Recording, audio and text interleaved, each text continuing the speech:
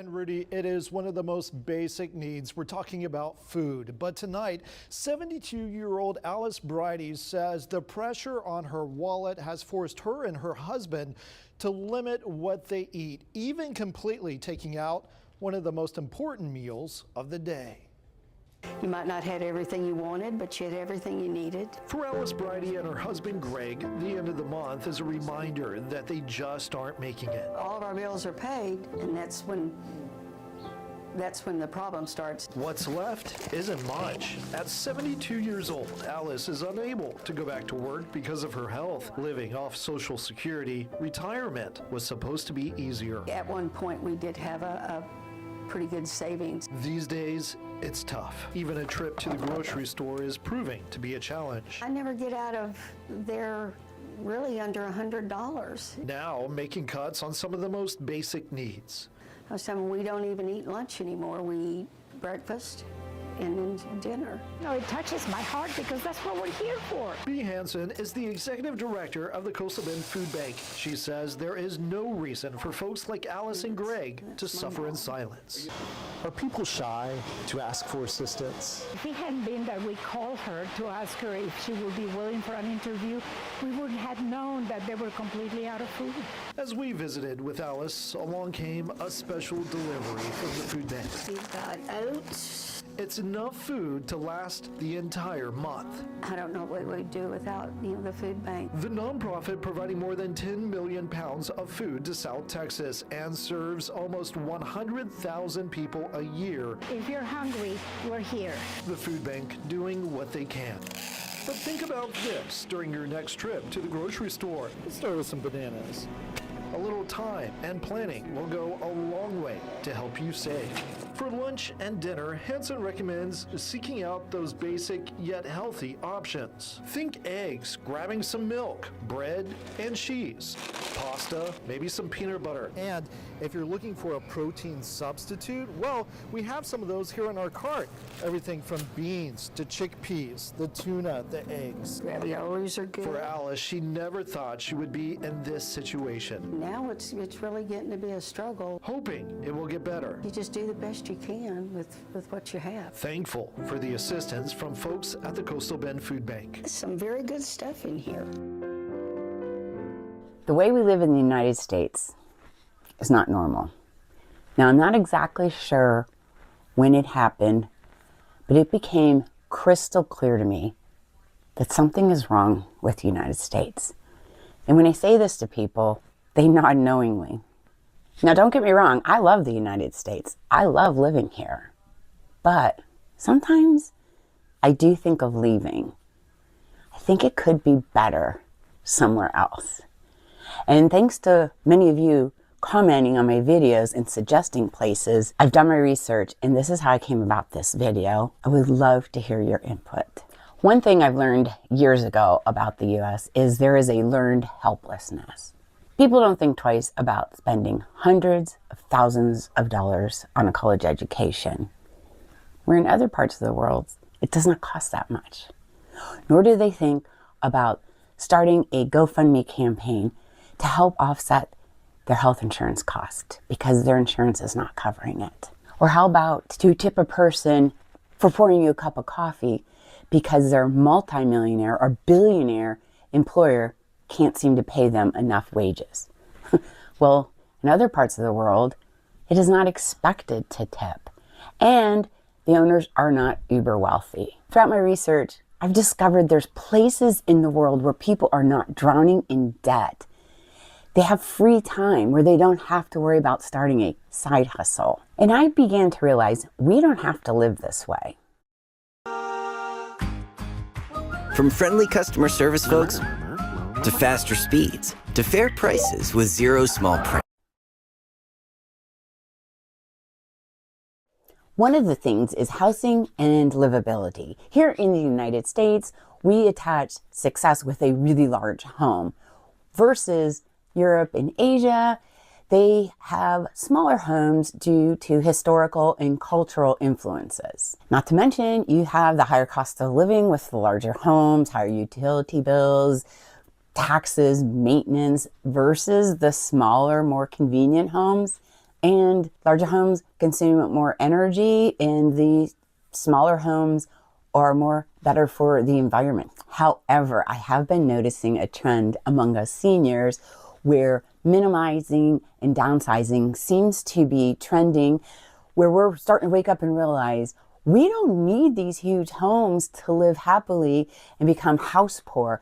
We can have these smaller, more affordable lifestyles. Even if we can afford a larger home, we're tending to downsize, and I'm absolutely loving it that we have made these choices to better our lives. Another topic is work and retirement. Here in the United States, working 40 plus hours a week is almost like a badge of honor. And for many, it's a necessity to have one or two jobs, working well into our 60s and 70s. Compared to other countries like the Netherlands and Germany, they have a work week around 35 to 38 hours with lots of time off for vacation and holidays. And they can still afford to retire successfully. They do not need to work late into their 70s as they have the money needed from working. So what does this mean? Well, statistics show it's a huge impact on our health and well-being, where versus the other countries that have the lower, more relaxed, stress-free work and retirement life, they have better balance in their life, they can enjoy it, and their well-being and health seems to be significantly better. So with the balanced work life, it means better family time, better health, and more active elderly seniors. Here in the United States, we have the work till you drop motto. Others have enjoy your golden years. I think it would be great if we could look into what other countries are doing. So as we retire, we have plenty of finances, don't have to worry about a place to live or becoming homeless or relying on other family members, and have the health to enjoy these fun activities in our senior golden years. Okay, here's another one. Consumerism and stability. Here in the US, we seem to have the mindset of quantity over quality. We have tons of disposable items, super cheap, instead of purchasing more quality items. Now, a lot of it we can blame on the commercials and the ads of having to constantly upgrade us to the bigger and better next thing. For example, let's take the stores. They don't want us to use plastic bags, but yet everything on their shelves is loaded with plastic. How is us, I mean, I get it, I reuse recyclable bags, but why are we not addressing all those water bottles and plastics that are on the shelves? Because it's all about the money here in the United States. The book of Revelation, chapter 6 and verse 7, it reads, "And when he had opened the fourth seal, I heard the voice of the fourth beast say, 'Come and see.' And I looked, and behold, a pale horse, and his name that sat on him was Death, and hell followed with him. And power was given unto them over the fourth part of the earth, to kill with sword, and with hunger, and with death, and with the beasts of the earth.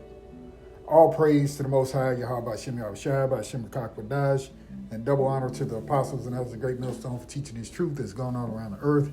Shalom to the hopeful elect out there. It's your brother Tazawan from the great millstone here in St. Louis. And we're going to get into a quick lesson here, all right, which reflects the news clip that I had in the front.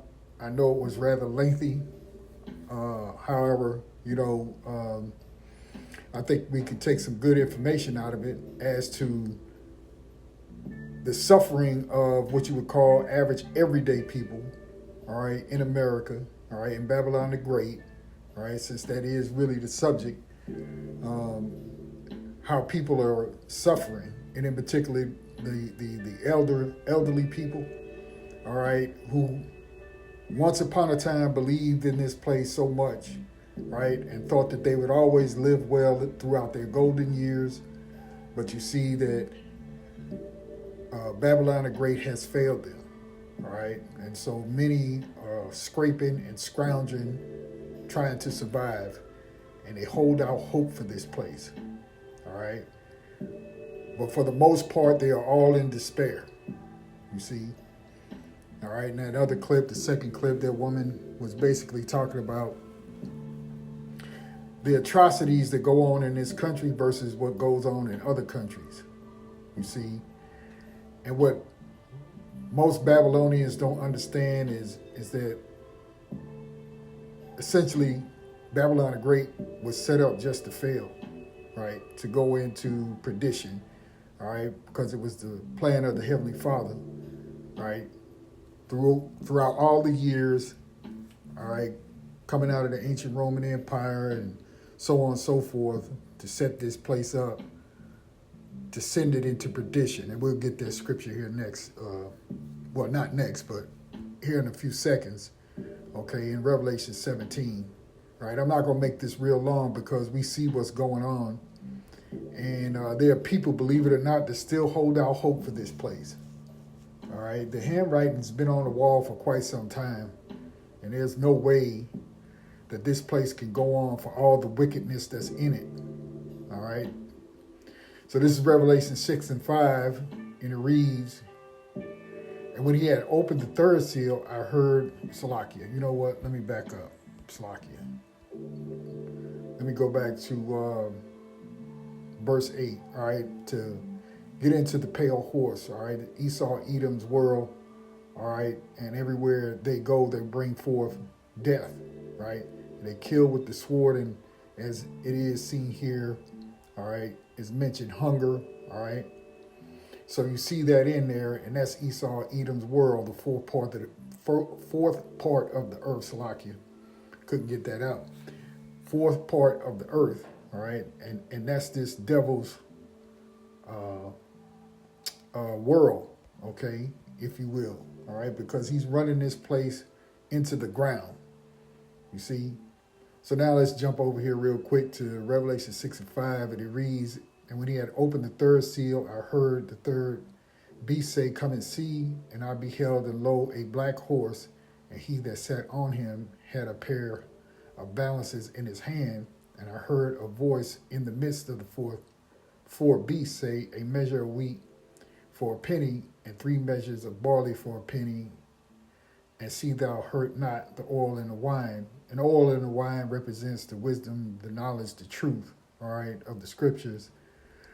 What you see here, what this represents, is the judgment that the Lord is going to put on this place, all right, this black horse, which it also goes into the slavery, right? And even if you do have a job here, right, you still you're forced into slavery. But really for the slavery of the saints, you know, that was brought here, okay? But this place must be judged, all right? And that black horse represents that cup of slavery and the judgment that this place has to face, you see, for all the wickedness that it has done, okay? And so, as one man once said, right, the chickens are coming home to roost, if you can, you know, if you can understand that, all right? But the scriptures always talked about Babylon the Great, okay, in the future, okay? Of course, there was a literal and a literal place known as Babylon over there in Iraq, all right? That's what they call it today. But this also speaks of a future Babylon, all right? This is Jeremiah 51, and let's see here. I got it marked for 7. Let me look up here. Yeah, let's start right there, verse 7. I don't want to make this real long. Jeremiah 51 and 7, Babylon had been a golden cup in the Lord's hand that made all the earth drunken. The nations have drunken of her wine, therefore the nations are mad, right? And this cup of abomination, all right, from Babylon, and in this day, Babylon the Great, all right, has made all the nations drunken, you know, with its idolatry, its witchcraft, okay, its wickedness, its spells, potions, and so on, right? Because here in America, they call it the American melting pot, right? Where all nation people wanted to come here because they felt that they could come here and prosper, all right? Going on to verse 8, it says, Babylon is suddenly fallen and destroyed. Howl for her, take balm for her pain. If so be, she may be healed. And this place is not going to be healed. You see? Verse 9, we would have healed Babylon, but she is not healed. Forsake her and let us go, right? Forsake her, get out of here. You see? Walk away from this place. Forsake her, and that's spiritually, that is. And of course, you'll have those who are of other nation people. We discuss this from time to time, is that even these people are starting to leave here. They're fleeing this place and going back to their own nations. Okay? We would have healed Babylon, but she is not healed. Forsake her and let us go every one into his own country. And you're starting to see that. A lot of these people who come from Asia, right, are leaving to go back. Okay? Whether it was India or China or Japan or Uzbekistan or wherever stand they're from, that's where they're going back to. All right? For her judgment reaches unto heaven and is lifted up even to the skies. The Lord Yahweh hath brought forth our righteousness. Come and let us declare in Zion the work of the Lord, our power, right? And the Lord is doing a mighty work for the Israelites who are stuck here in Babylon, right?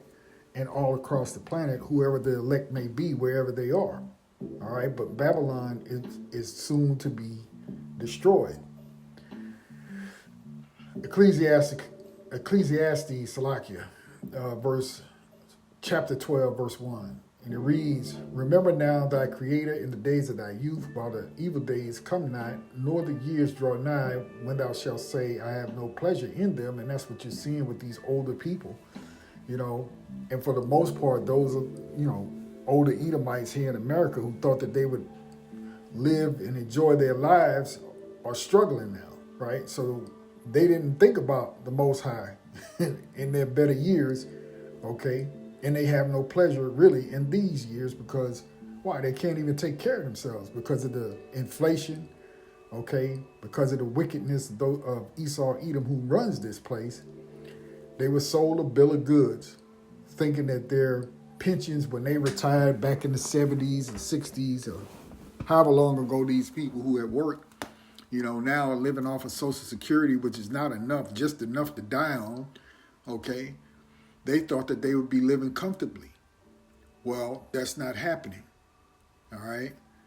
Verse 2, while the sun or the light or the moon or the stars be not darkened, nor the clouds return after the rain, in the day when the keepers of the house shall tremble, and the strong men shall bow themselves, and the grinders cease because they are few, and those that look out of the windows be darkened, right? Because it's going to be economic woes here.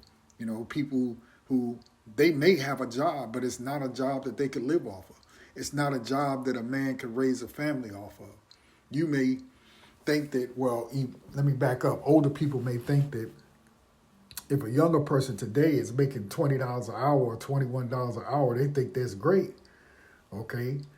But that $21 an hour, relatively speaking, back in, 1970 was $2 and some change an hour, So though the basic wage or the minimum wage has gone up to whatever it is, I don't even know what it is, it's still the same wage if you take it back 45, 50 years ago. So you're not getting anywhere with it, okay? And the economy is such that all products and services, all right, are exceeding any type of increase that you get, or raise that you may get on the job. If anything, you're just below, right, keeping pace with the economy. Right? They give what they call a cost of living adjustment every year, minimum, I'm not going to say minimum, but on average 3%. Well, you got inflation that's 9%. That's not keeping up. So your head is not even above water. You're not even breaking even. You're behind, you see?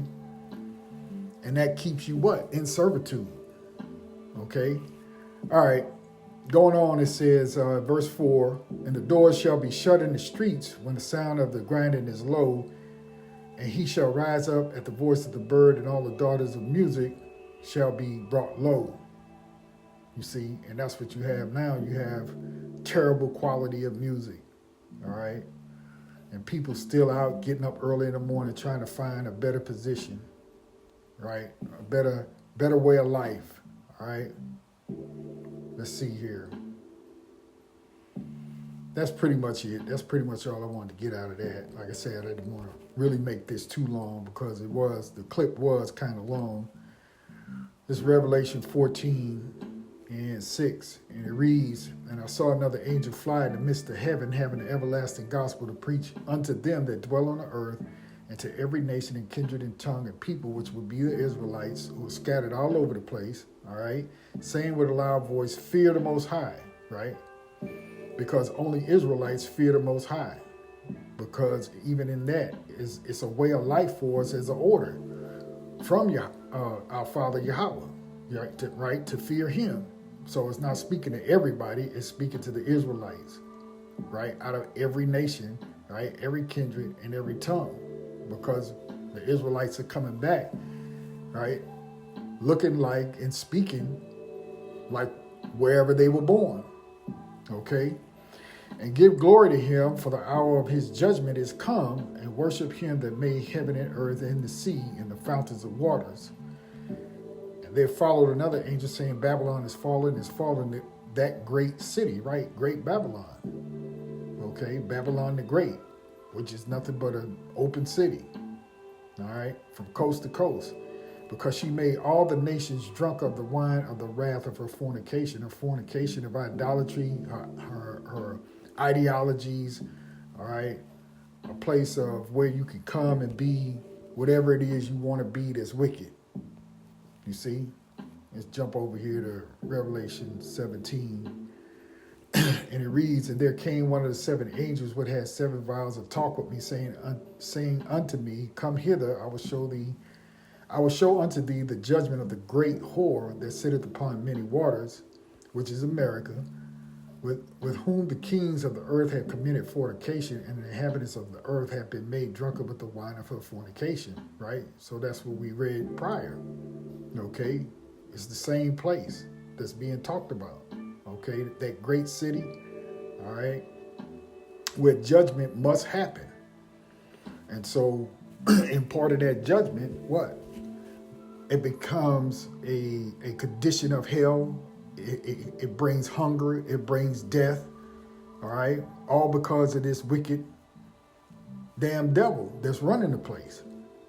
Verse 17, so he carried me away in the spirit into the wilderness, and I saw a woman sit upon a scarlet-colored beast, full of names of blasphemy, having 7 heads and 10 horns. And that really goes into the, 7 nations, and then the 10 kings that you later got the European Union from. And you had 7 were, I think, Rome, Greek, the Romans, the Greeks, Spaniards, French, Germania, Minor, Major, and Britain, all right? I believe that's how it goes. All right, but anyway, this is later on, that formulated out of the 1940s up to the late 1950s before they got it all formed up. But the whole point is that Babylon the Great, all right, is this woman that sits on the scarlet-colored beast. All right, in some places in Revelation it says red, but all meaning the same thing. All right. Verse 4, and the woman was arrayed in purple and scarlet color and decked with gold and precious stones and pearls, having a golden cup in her hand, right, which is that same golden cup that was in the Lord's hand.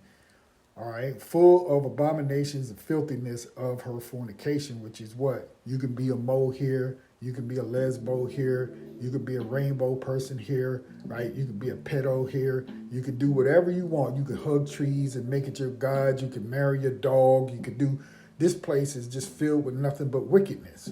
So the Lord has set it up to be destroyed.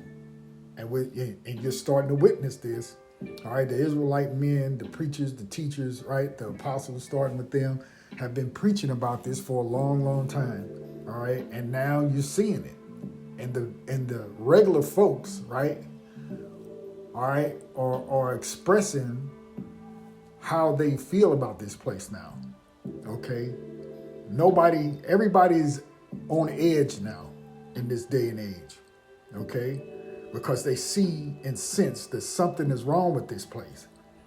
All right, going on to Revelation 17 and verse 5, it says, "And upon our forehead was a name written, Mystery Babylon the Great, the mother of harlots and abominations of the earth." Right, because all the filthiness, has permeated the earth that started from here. All right, so this is the mother of all filthiness. Okay. Verse 6, "And I saw the woman drunken with the blood of the saints and with the blood of the martyrs of Yahushua." Right, and that would be the Israelites who were killed over here.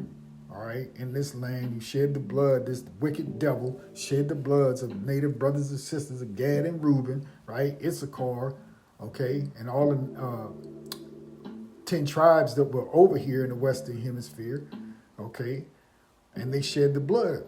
Not to mention what they did, in the 1600s when they started bringing Jake over here, right? The Southern Kingdom, and all the wickedness that they did to Jake, okay? To the Southern Kingdom when they got him over here. And when I saw her, I wondered with great admiration, right? And the angel said unto me, "Wherefore didst thou marvel? I will tell thee the mystery of the woman and of the beast that carried her, which had the 7 heads and 10 horns." And you can read the rest of this chapter. It'll break it down to you. All right. But just to show you, Babylon the Great is wicked. Okay. And now everybody's lamenting over how,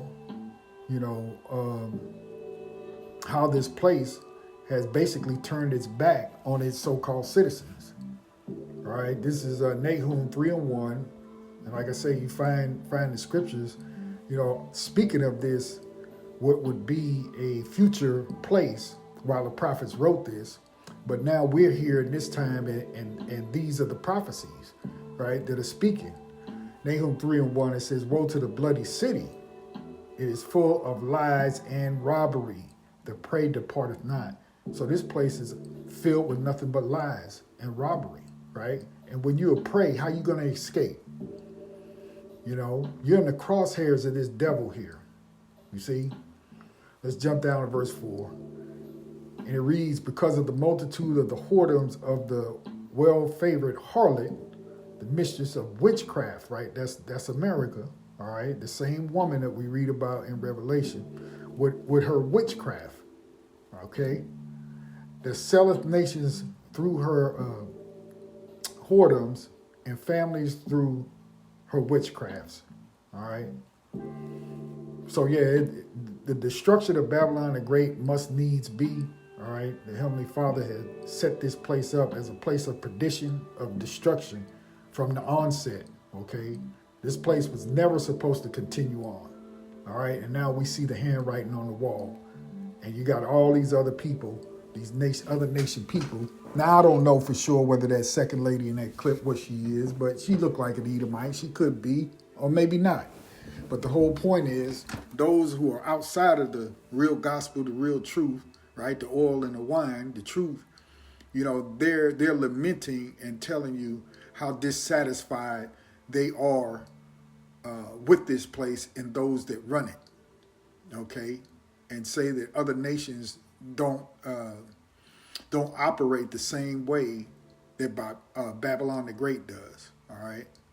And so that's why you still have a lot of these people that come over here thinking that they were going to find opportunity in paradise, now see the destruction in the midst of it and are trying to flee and go back to their own lands, all right, which is still prophetic, you see? So all of this is spiritual and prophetic that we're witnessing today, all right?